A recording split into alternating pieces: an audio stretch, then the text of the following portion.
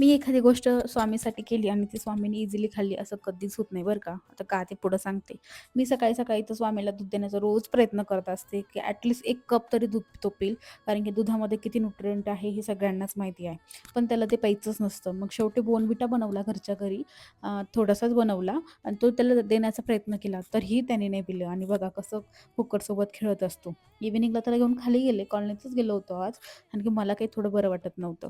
आणि आता त्याला मी इथं खेळवत होते. आता ही सायकल मुलांना सायकली असतात मोठ्या-मोठ्या, तर त्याला त्या खेळायच्या असतात. आता त्याला ते कसं जमणार आणि ते बघा, एका मुलांनी इथून सायकल खाली आणली ना, तर त्याला पण तसंच करायचं होतं आणि त्याच्याकडनं काही वर जात नव्हती.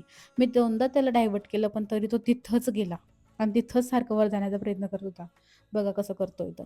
आता त्याला मी किती वेळेस सांगितलं, "तुला वर जाता येणार नाही" आणि आतमध्ये सुद्धा एवढं काही व्यवस्थित जागा नव्हती, की त्याला वरती पण मी खेळू देईल.